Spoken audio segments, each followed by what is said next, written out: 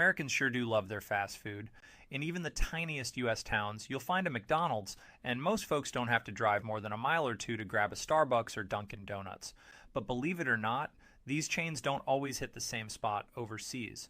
Sometimes the reasons are clear as day, but other times they're downright surprising. Today we're diving into the world of popular American restaurant chains that just couldn't make it abroad. Before we get started, don't forget to subscribe to the channel. And hey, after the video, leave a comment to let us know which international restaurant stories you want to hear next. Alright, let's roll up to the window for some weird history. Remember when Domino's Pizza was so confident that Italians would fall in love with their food?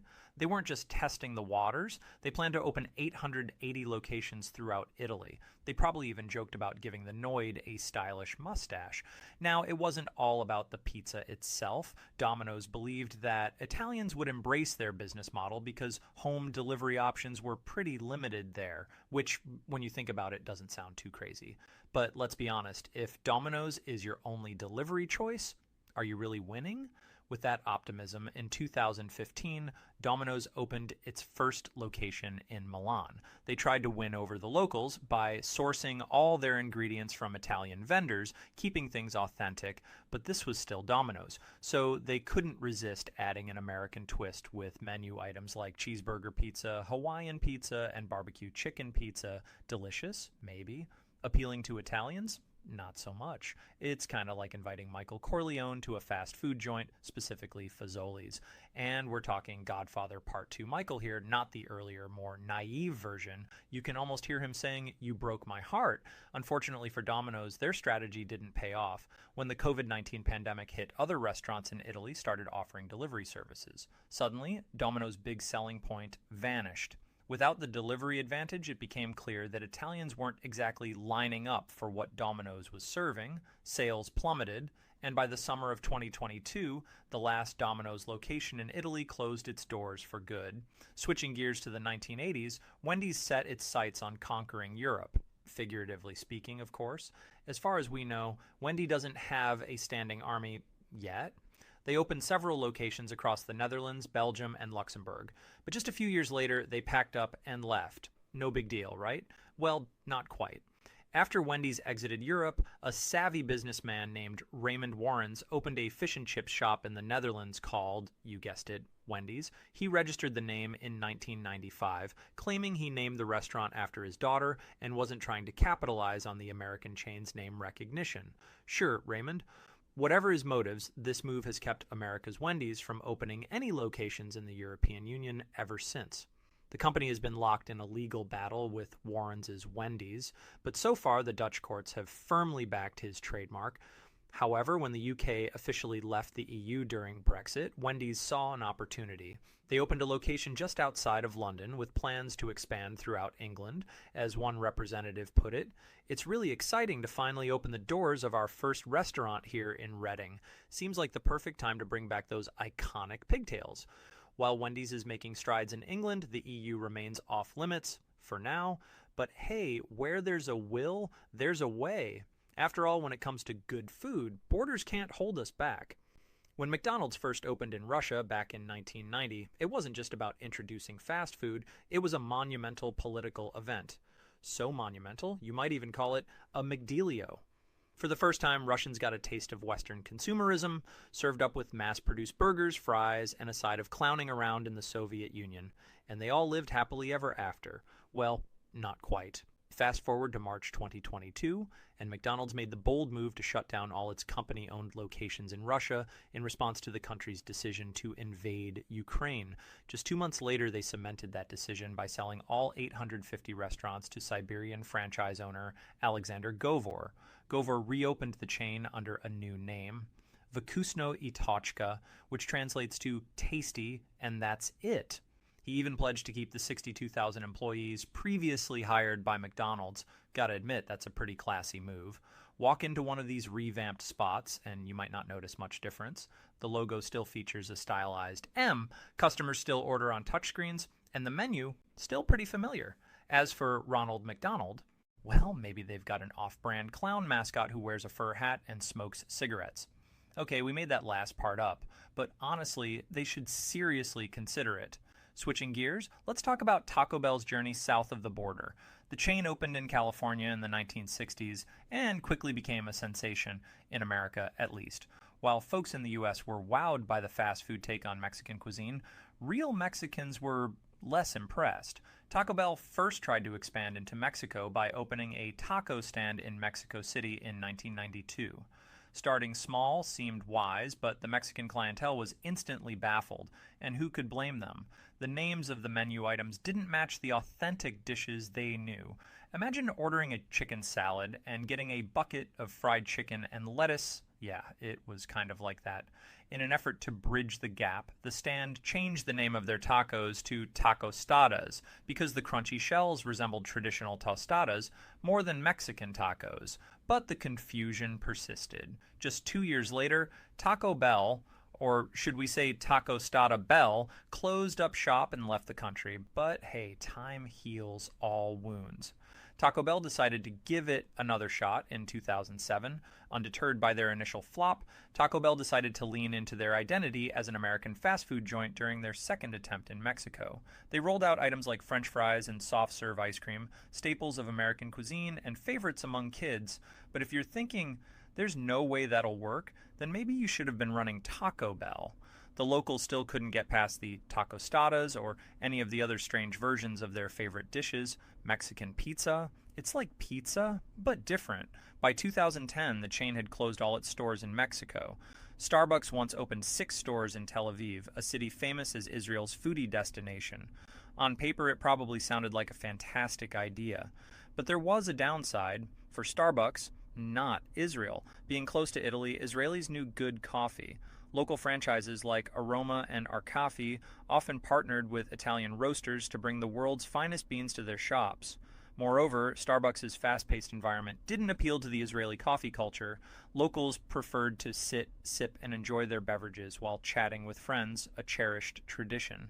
Starbucks management refused to adapt to this leisurely pace, which is definitely something you should consider if you want your business to succeed. Adapting might have meant serving fewer customers and earning less profit per hour, but it could have built a loyal customer base. Ultimately, all Tel Aviv Starbucks locations closed by 2003. Chick-fil-A takes a unique approach by paying for each franchise's opening and startup costs. That's why they usually only open locations where business strategists are absolutely sure it will succeed. Mr. Filet doesn't open his checkbook unless there's a guaranteed return on investment, or wait, would it be his peck book, given the chicken theme? The company's reluctance to dive into potentially risky new markets says a lot about how they think they'd fare overseas. As of August 2021, only 2 international locations existed, one in North York, Ontario, and one in Toronto. Yep, both in Canada, and let's be honest, Canada is barely a foreign country. But that doesn't mean Chick-fil-A hasn't tried to expand its global presence. Back in 1997, the Atlanta Business Chronicle reported that Chick-fil-A planned to open a location in South Africa. At the time, a corporate vice president acknowledged there was some risk involved, but believed their product was in high demand. However, that demand wasn't quite high enough.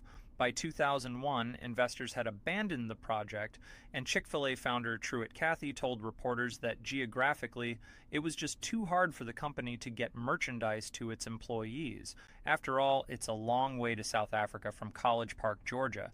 Dunkin' Donuts is primarily known for 2 things: sugary sweet breakfast treats and coffee, and maybe candid photos of Ben Affleck. Okay, 3 things. But while Americans appreciate starting their day with heavy dessert-style pastries, Indian culture prefers something savory for the first meal of the day.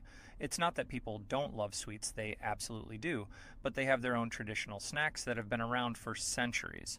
They also favor chai over coffee, making it incredibly difficult for Dunkin' Donuts to establish roots in the country.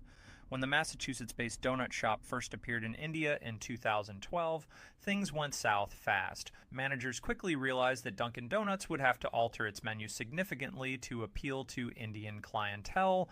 To survive in India, Dunkin' Donuts knew they had to adapt, so they added chai to their menus, hoping to tap into the local love for savory breakfast items. But even with these changes, they couldn't successfully wedge their way into India's deep-rooted breakfast culture or outshine the popularity of locally owned sweet shops. Their premium prices didn't help either. Many families simply couldn't afford, or didn't want, to spend that much on coffee and donuts. After all, your morning treat should be a small indulgence, not something that makes you reach for your wallet with a sigh. By 2018, the donut chain faced the hard truth and closed more than half of its locations in India. Sometimes even adding chai isn't enough to crack a tough market. McDonald's boasts restaurants in 120 countries, but Iceland isn't one of them. The fast food giant tried to extend its Golden Arch Kingdom into the Nordic region in 1993, and they made quite a splash. Customers literally stood in line for hours just to get their hands on legendary quarter pounders and fries, but the initial excitement didn't last. The novelty of dining under the watchful eye of America's richest clown quickly wore off. When the Great Recession of 2008 reached Iceland, the country faced an especially brutal economic crisis. The Icelandic currency plummeted, and import costs for McDonald's ingredients skyrocketed. Local businesses teetered on bankruptcy as McDonald's hiked up prices to cover costs. Despite their efforts to squeeze McProfit from a McStone, the massive burger chain just couldn't make it work. By 2009, they had shut down all operations in Iceland. Sometimes, not even a Big Mac can withstand the forces of a financial meltdown. In 2014, McDonald's and Burger King both set up shop in Vietnam. At first, patrons were thrilled to taste the food they'd seen in American movies, but that excitement faded once they actually tried it. Turns out, Vietnamese people weren't fans of the calorie-dense, deep-fried menu items that didn't resemble the fresh, vibrant street food they adored. Because, let's be honest, while McDonald's has its appeal, it's not the kind of cuisine you dive into without a bit of conditioning. You might need to build up your immunity with regular helpings of quarter pounders and egg McMuffins. Making matters more challenging, the streets of Vietnam are lined with food vendors offering healthier, delicious fast food options that hit all the right notes for local flavors, all at much lower prices than the American chains. Healthier, cheaper, and tastier? That's a tough combination to compete with. In the end, the iconic Golden Arches couldn't outshine Vietnam's beloved street food culture unless you're a salad lover. Who wants to eat that? But not every American fast food franchise has met the same fate. KFC has been operating in Vietnam for over 20 years and remains a popular choice among locals. Fast food fans around the world recognize the Colonel's House of Chicken. You can visit the chain in 145 countries, spanning 6 continents. Take that, Antarctica. However, not a single one of these locations is in Norway. Why? Because chickens are crazy expensive there. You see, Norway isn't part of the EU, and its economic conditions are vastly different from other countries. Unfortunately for KFC lovers, it's just too costly for anyone in Norway to import the amount of chicken needed to run a KFC and still turn a profit. Come on, how many chickens does it take to run the register and the fryer? It can't be that many. You might remember the Baskin-Robbins slogan claiming they have 31 different flavors of ice cream. Baskin-Robbins presents 31 ice cream flavors at their Baskin-Robbins 31 ice cream stores. And while that sounds like a lot, the truth is Baskin-Robbins now has over 1,400 flavors.